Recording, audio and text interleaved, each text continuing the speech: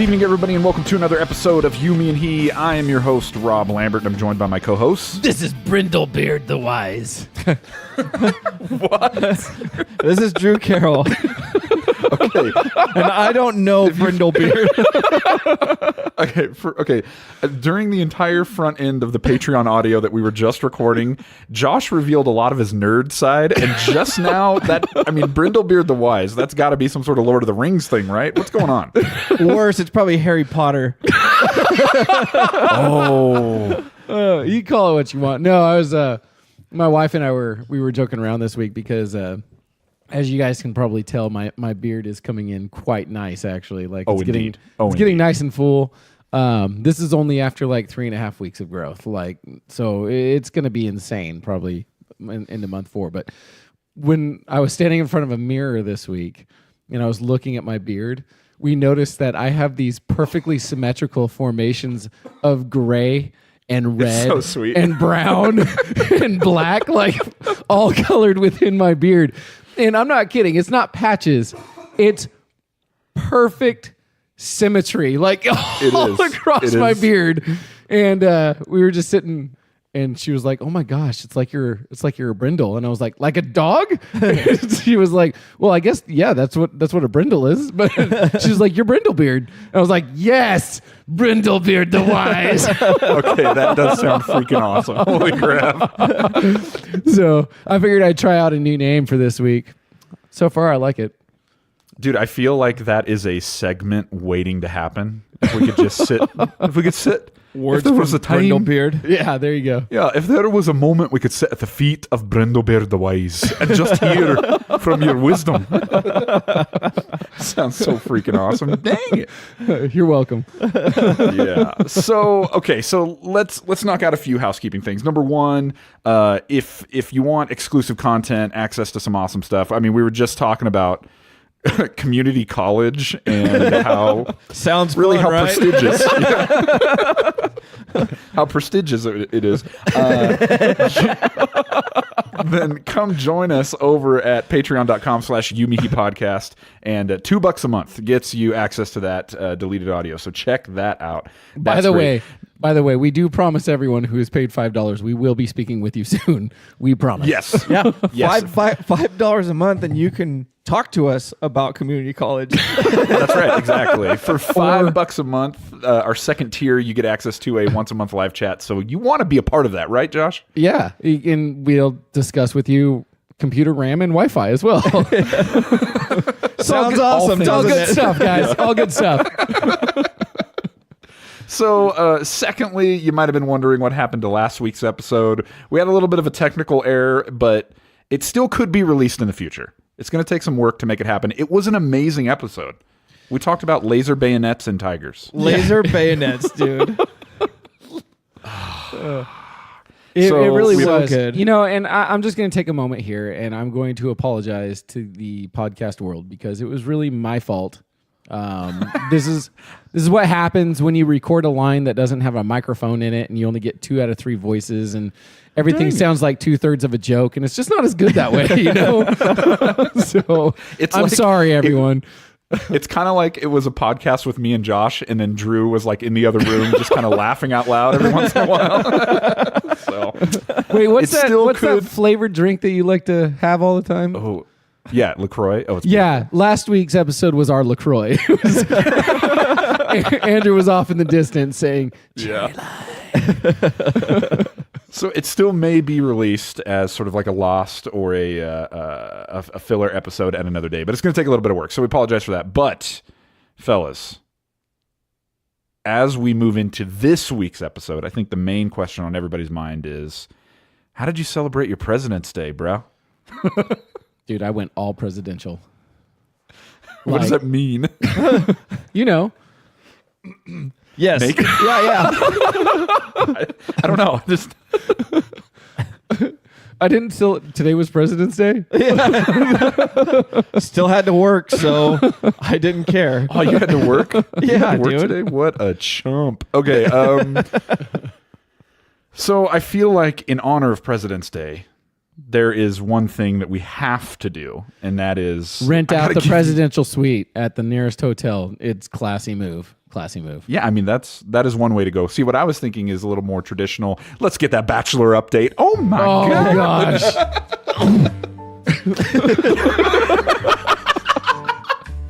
Apparently, Drew is allergic to the Bachelor. All right, dude. Wipe that thing down, bro. That's so gross. I did. Okay. Well, luckily, it's mine. Most of it's in his beard, anyway. Oh my gosh. That was great. Drew, let me ask you a question. Are you okay, Josh? Yeah, I know that was really gross. I I'll be all apologize. right. Dude, nobody just witnessed what I just witnessed. Like, I mean, I've been cutting wood all day. That's what she said.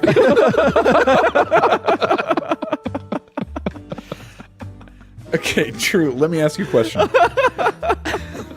I realized that I have an antenna. I have an air, like, I can get the local channels on TV. So, bro, I watched The Bachelor live this week. Like, I got done watching it like 20 minutes ago. Did you see it this week? No, I didn't.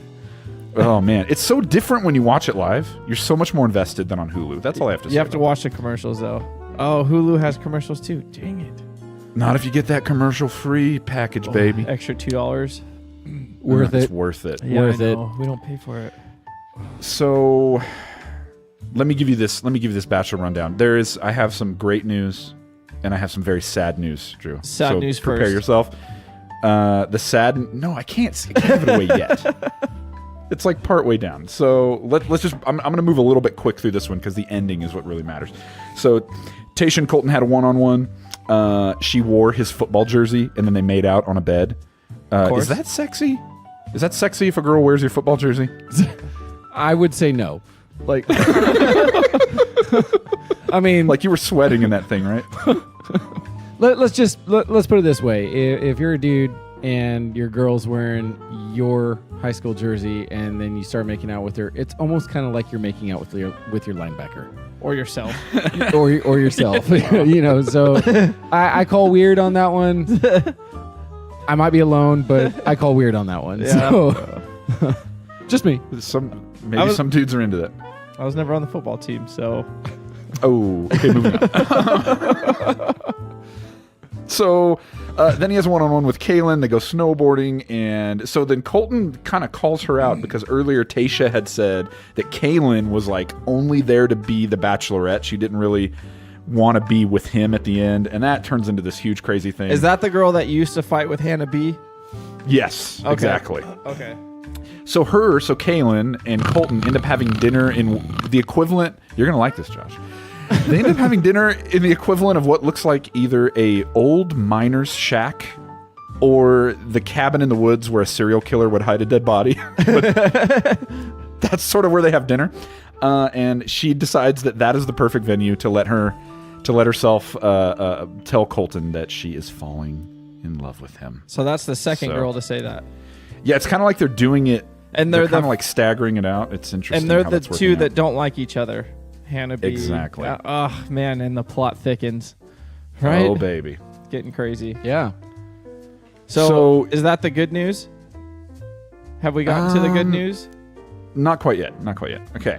So he gives her a rose. She's good. So then he takes Hannah B home to meet mom and dad. So Hannah B sits down with Colton's mom and talks to her. Oof. And, dude, she just pours it out, man. How much she's in love with this guy, that she wants to be with him. And the mom is just like, you know what? Just wear your heart on your sleeve. It's going to be great. Just keep wearing your heart on your sleeve. It's going to be great. It's going to be great So for the that rest night- of us. So that night, her and Colton have dinner in an airplane hangar, which I think is classy. And she then proceeds to tell him that she is still falling in love with him. He continues to tell her that he still appreciates that. That's funny. And then he sends her home. Dude, why would he take her to meet his parents and then send her? Dude, that's... I think he had a heart-to-heart with his dad, and his dad just set him right and was just like, trust your gut. And then he sat down in front of Hannah B, and he was like, you know what?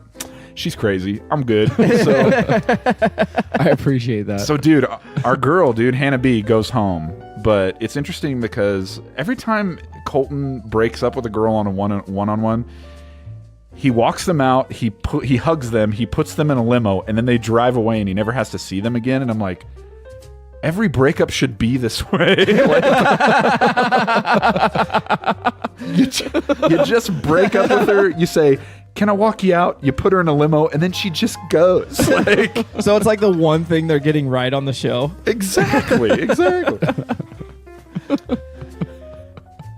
So basically, I think it's down to like 6 girls maybe, and they go on a group date. They get to ride on a train. It's excellent. But a couple things you need to know. Number 1, Heather sends herself home. But she just feels like, you know what? It's just not, I don't know if I'm going to get there with you. But the interesting thing is, rather than sending her away in a limo, he sends her away on a steam train. So it's kind of, that's a pretty... that's a pretty classy move. It's a more romantic way of sending someone home, I guess. Oh, this is going to take a lot longer. Yeah. Well, there's this awkward moment where she's standing on the back of the train looking at him, and he's standing at the station looking at her, and the train is just slowly pulling away, and you're just like, they're staring at each other for like 15 minutes till she gets around the bend. Just walk away. So technically, she's not disqualified. She's probably coming back. No, she's done skis, dude. There's another girl that left like that too, and her reasoning was, I don't want to compete for your love. On The Bachelor. And that's the premise of the show, is competing for love. Here's a question for everybody, because you said Hannah B said this. At what point, after you continue to fall in love with someone, does that falling just like stop? You know what I mean? Like when you say floating there? Yeah, when you say, I'm continuing to fall in love with you, or I keep falling in love with you. When do you stop falling in love with somebody? Like, it doesn't make any sense to me. Dude, you fall in love with them every day, bro. Every day. You've been watching way too much Bachelor. So basically, at the end of the day, everybody is talking crap about everybody else. Everybody is saying about every other girl that she's not ready to marry you, but I am. That's kind of what the whole thing is going around. And Colton is crying, and like legitimately there's tears coming out of his eyes because he just is so confused and doesn't know what to do. But at the end of the day, he sends home Kirpa, which I feel like she was flying under the radar for a very long time, and then she got super conniving in this episode, bro. And then plus her name's Kirpa, so it was just a good idea to send her home. So that's a really weird name. Kirpa. Her name would have been Kirpa Underwood. She sounds like she needs to be like a villain on Mario Brothers. You know, like King Kirpa. Kirpa Troopa. Oh my gosh. Or something. I don't know. She was the villain of this episode, I'll tell you that. So so Colton next week, dude, he goes home to meet the parents of all these ladies. We'll see what happens. Dude, our girl Hannah B went home. I don't even know who to root for anymore, bro. You could start with shutting the TV off. I mean, at this point, they're all so generic. I feel like maybe that's the answer. But you want to see who this virgin's going to end up with, bro. You want to see. All right, cool. I really don't. So there you go. There's your Bachelor update, dude. Make sure you watch. You're gonna love it. You're gonna love it. So so before we move on, there is one more thing I need to tell you guys about. So, have you guys ever worked in close proximity to like with other people in an office, and there's like the shared bathroom? Yes. I'm talking guys and girls.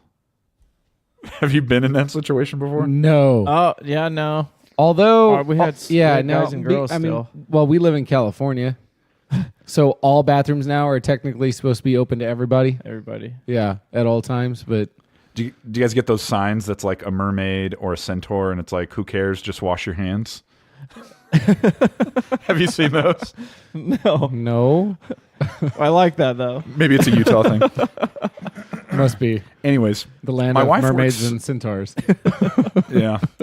So my wife works in this office where there's like an equal number of guys and girls, and it's a rather small office, and there's one bathroom right in the middle of the office that everybody uses.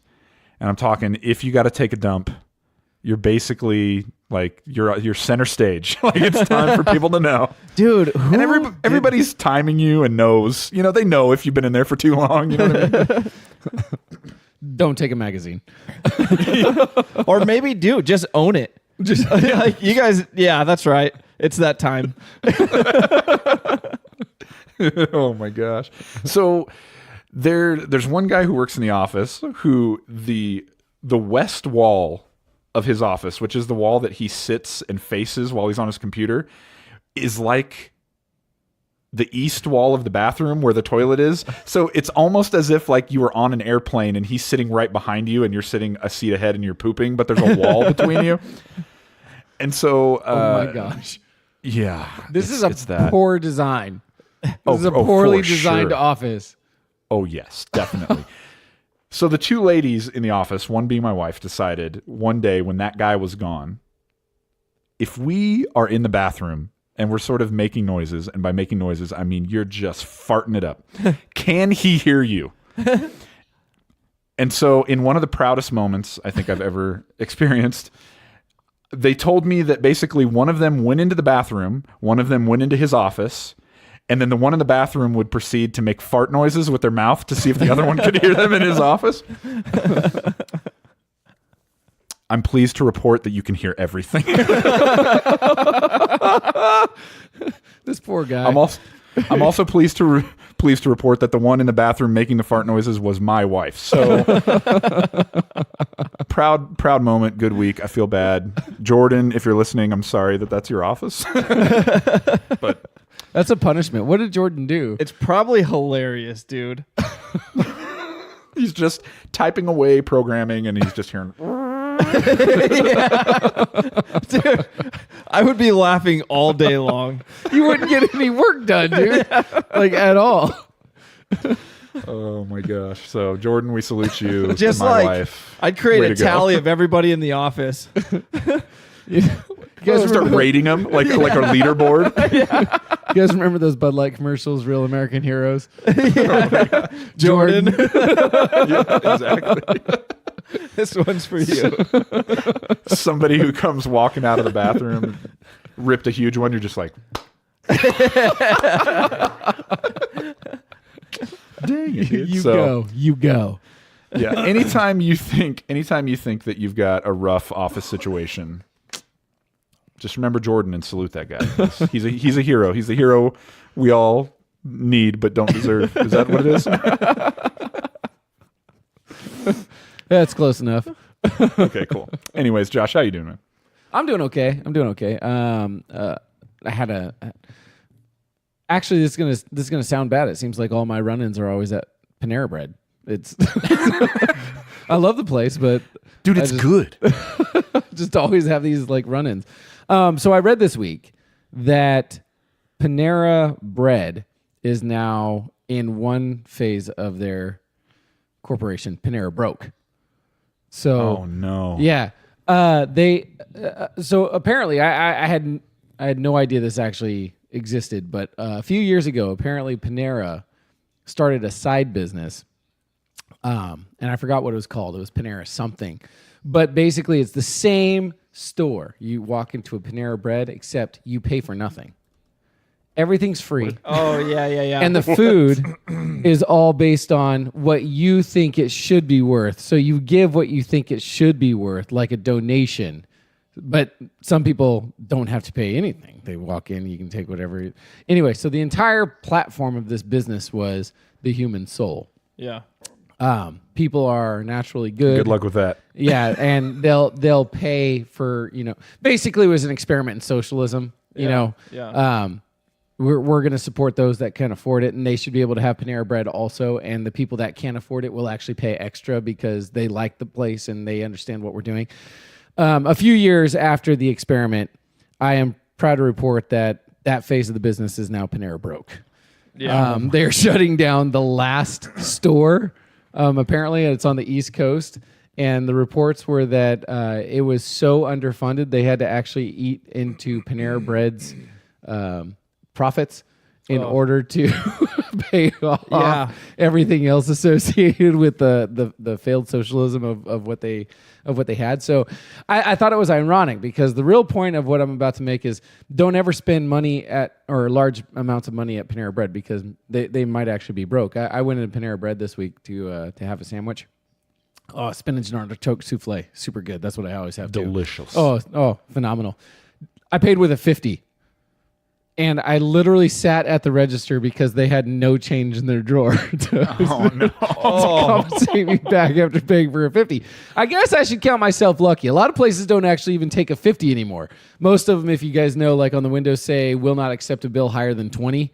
So, I was actually kind of happy that they took a 50. But I sat there and I started giggling because the girl at the register was like, I'm sorry, Can you wait? I have to go make change.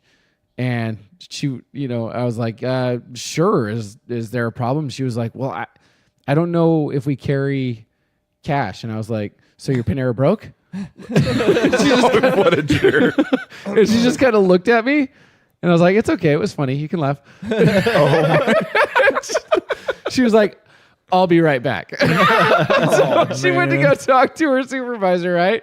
Here's a really great thing. To break a 50, she went to talk to her supervisor. She went to go talk to her supervisor. Supervisor comes out, and they have to open whatever, whether it's a safe or whatever, underneath the register. The vault. To pull money out. And I guess literally her till had nothing, like nothing in it. So her supervisor walks away. She starts counting everything out, and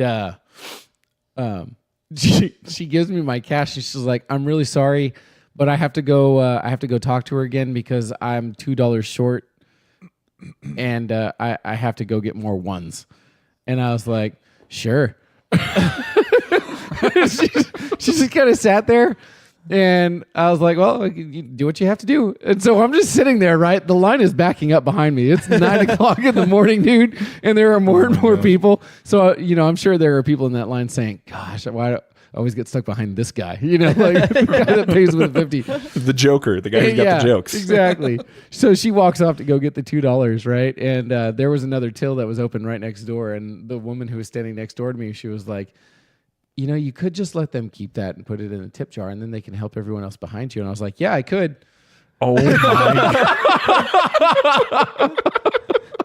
She actually said that? Yeah. What is it with people at Panera Bread, dude? She tried to whisper it to me so it wasn't too loud, but that was my response. I was like, yeah, I could. Just turned around. And then the power pause. And waited until my $2 was delivered. And as she was walking away, I whistled over and she didn't turn around, but I just slowly put the $2 in my pocket. Oh my gosh. And then went and sat down. So yeah, I don't know why these things always happen to me at Panera Bread, but I'm not trying to dog you, Panera Bread. I really like eating there. You have good food. It's solid. I'm always relaxed there, but you got some pretentious customers, and I'm not one, obviously, but you have some. Dude, one of the things moving to Utah that I cannot even believe is there is no Panera here at all. I've never seen a Panera here in Utah. And I've got that My Panera membership that's just eating a hole in my wallet. I'm like, what am I doing right now? So you have no Panera out there at all? Dude, not even one, bro. It's probably illegal in Utah. Maybe, I don't know. I think this situation, their money woes, though, could be very easily fixed. The CEO just needs to step outside and say, I declare bankruptcy! It fixes everything. I think they would be fine. Not quite sure that's how it works. But yeah, he could do that. Good old Panera Bread. Anyway, so outside of that, and then, discovering my inner Brindelbeard, it was a decent week. Nice, dude. So I'd say. Things like that don't happen to me. I don't know why they continue to happen to me. Why do I always get that one customer that I'm stuck with at Panera Bread that's trying to be an a-hole to me?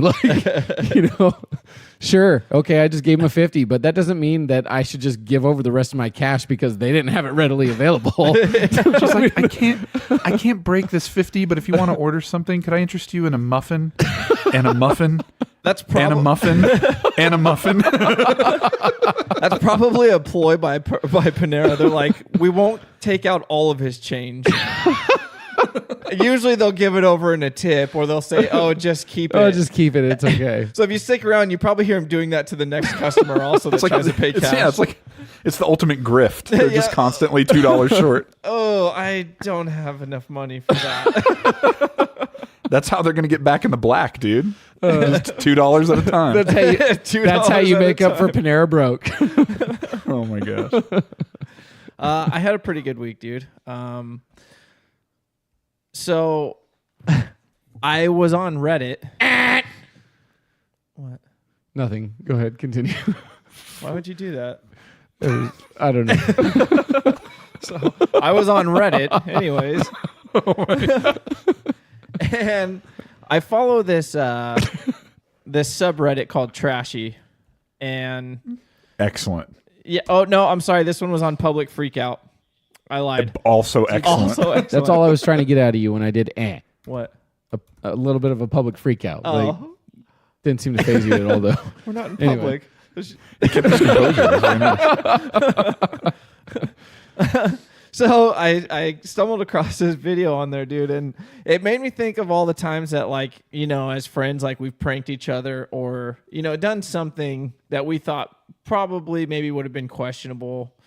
But this was just absolutely terrible, dude. So this guy passes out, and his friends glue rubber penises to his back. 10 of them. Can you wait? What did they glue on his back? Rubber penises. Sorry, the feed is breaking up. Can you say it one more time? They glued rubber penises. Are you sure they weren't silicone? To his back. The tone and inflection that you use when you say rubber penises is so good. I love it. Oh my God. So, and not only that, dude, but they're pretty good size. And I'm looking at them right now. Oh my gosh. They're bright. He looks like that turtle from Ninja Turtle. You know, the one that has Bebop? all the... Yeah. Whoa. Bebop was the warthog. What are you doing? Oh, the other one. Rocksteady. Rocksteady was a rhinoceros. What are you doing? Which one was the turtle that had spikes on him? I don't know then. Are you talking about Toka and Razor? Oh, it could have been Toka. Oh, From okay. Secret of the Ooze, the second film. Okay. Sure. Stop. Too much. Okay, sorry. Ramboy. He totally does look like Toka. You're right.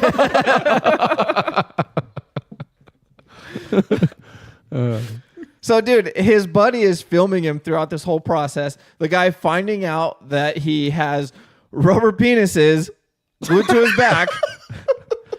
Then it shows him in the shower trying to wash him off, and the guy's crying. Then it shows him scrambling to find something to cover himself with, and then somehow get into a cart, which he's a heavy-set guy also. What did they use to glue it down? Something very strong.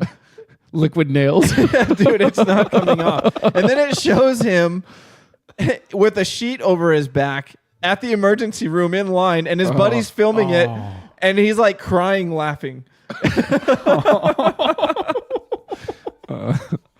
I see him crying in the shower. He's so sad. He's so sad. It's so sad, dude. Why would you hang out with those people?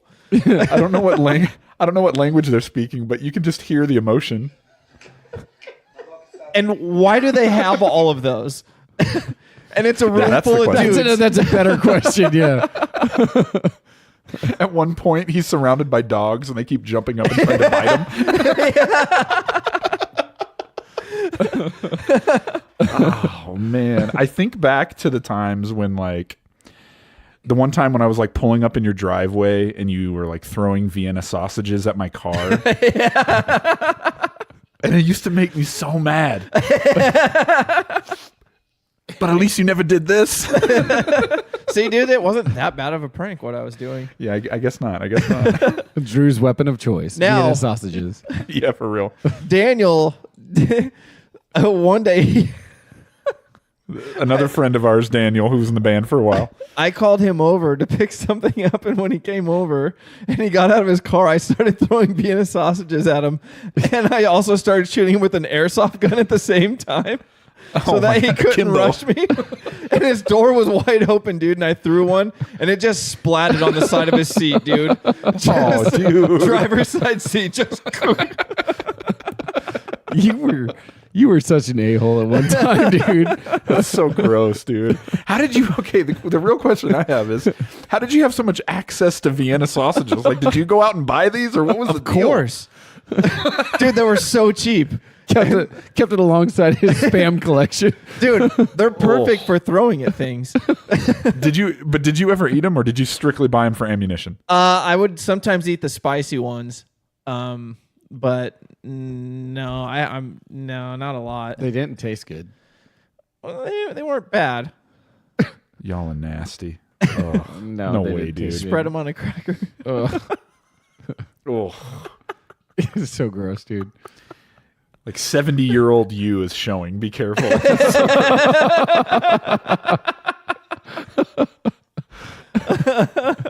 Oh my gosh. Yeah. Well, so- hey, Dirty. speaking of other men doing things to other men, I don't know if that's a great segue, but No, it's definitely not. Move on, please. See you in a minute. let's just leave it at that. We'll be right back.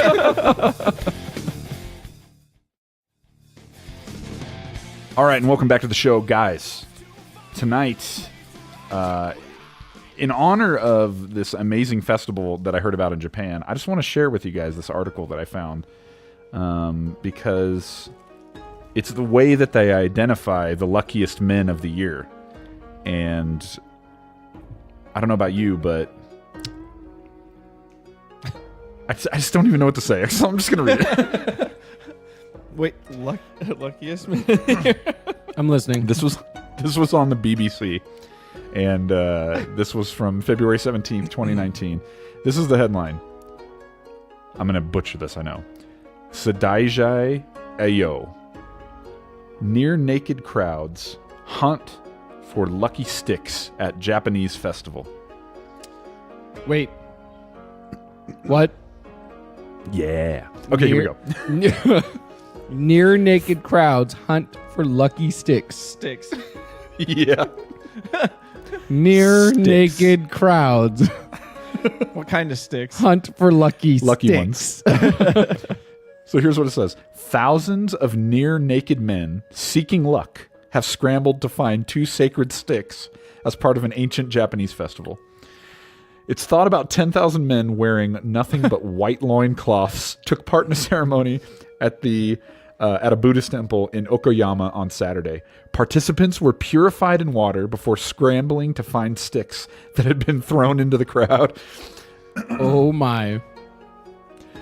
Those who found the 20-centimeter long sticks called SHINGI are believed to be the luckiest men of the year.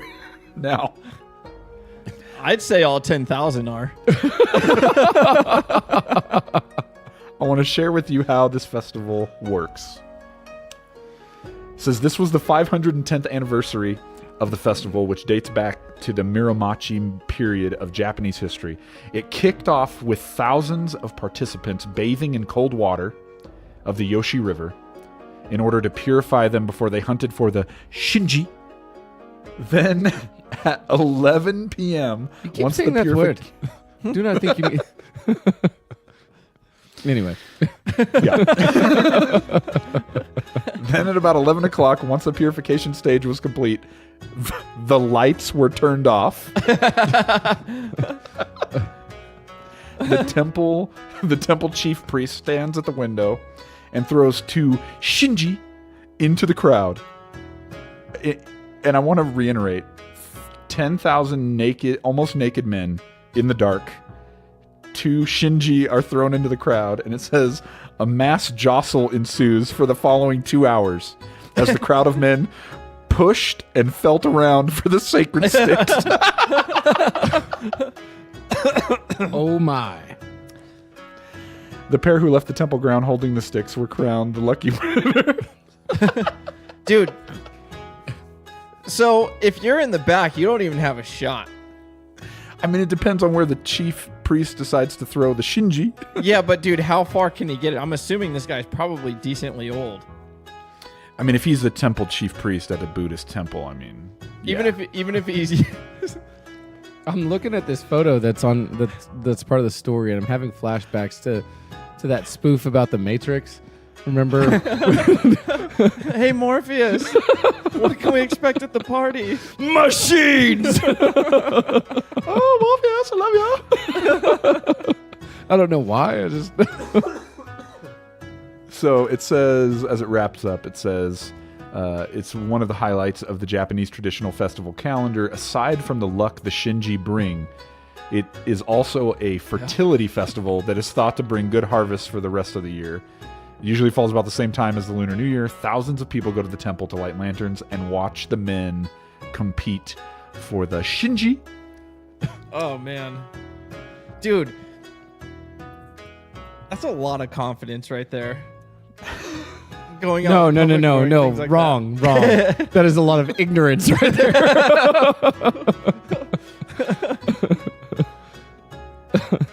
Oh my gosh. Dude. Everyone's wearing a diaper. They're in thongs and socks. Yeah.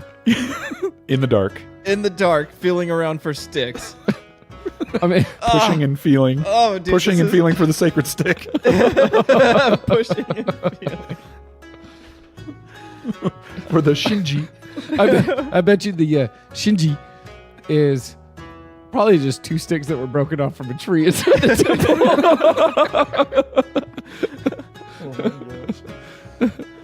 The wise Maybe he priest didn't even throw any out there. And they just grabbed some sticks that were on the ground. And he's like, yeah, that one. The feeling and the jostling have gone on for long enough. That guy wins. That guy wins. Let's not kid ourselves. We're all losers here. There is no stick. I just like to see the men gather in their underwear.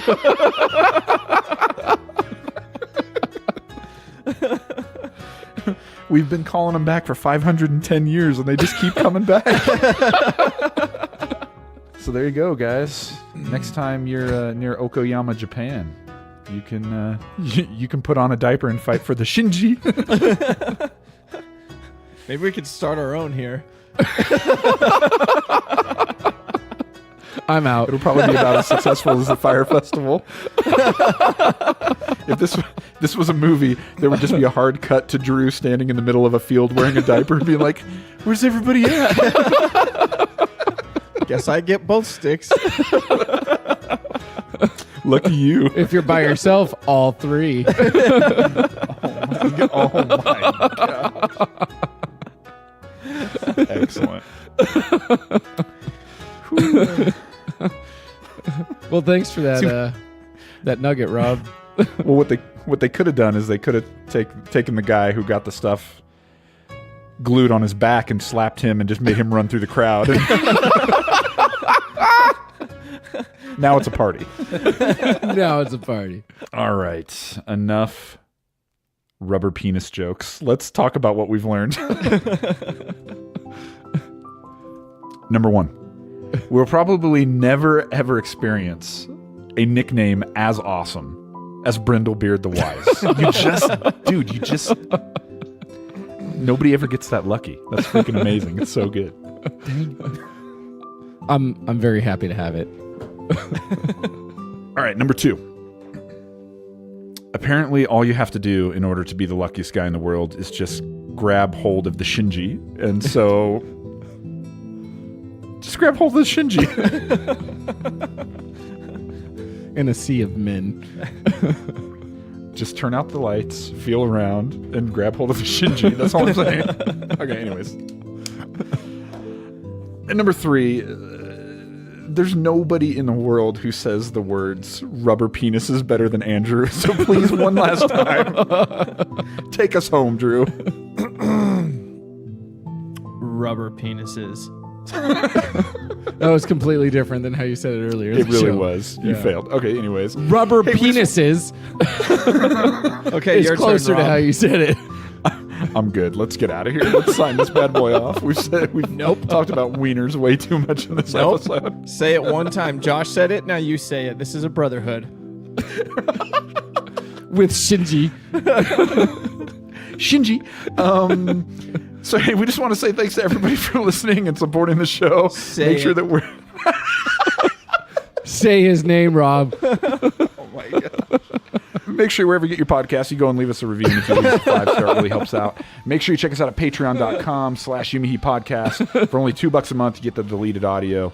Great stuff. You're going to want to experience that. So sign up today. Tell a friend about the show. And until next time, I'm your host, Rob Lambert. Brindelbeard The Wise. Drew Carroll. Bye. Shinji.